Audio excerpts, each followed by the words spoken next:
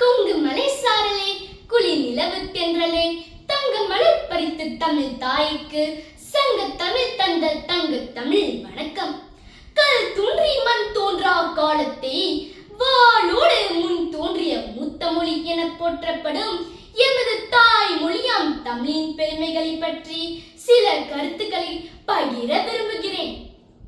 தமிழ் வெறும் பேச்சு மொழி அல்ல, அது உலகின் மிக தொன்மையான செம்மொழியாகும். பல ஆயிரம் ஆண்டுகளுக்கு முன்பே மிகச் சிறந்த இலக்கண நூலான தொல்காப்பியத்தையும் வாழ்வியல் நெறிகளை சொல்லும் திருக்குறளையும் உலகுக்கு தந்தது நமது தமிழ். காலம் மாறினாலும் இன்றும் சிதையாமல் இளமையோடு விளங்குவது தமிழின் தனி சிறப்பாகும்.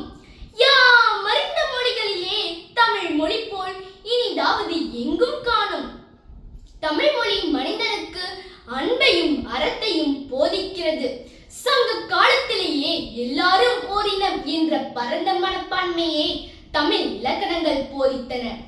இன்று கல்வித்துறையிலும் அரியணையில் அமர்ந்திருக்கும் தமிழ் காலத்திற்கேற்ப தன்னை தகவமைத்துக் கொள்ளும் வல்லமை கொண்டது.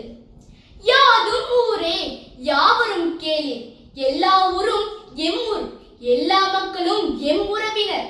இத்தகைய சிறப்பு மிக்க தமிழை பிழையின்றி பேசுவதும் அதன் பெருமையை போற்றுவதும் நம் ஒவ்வொருவரின் தலையாய கடமையாகும்.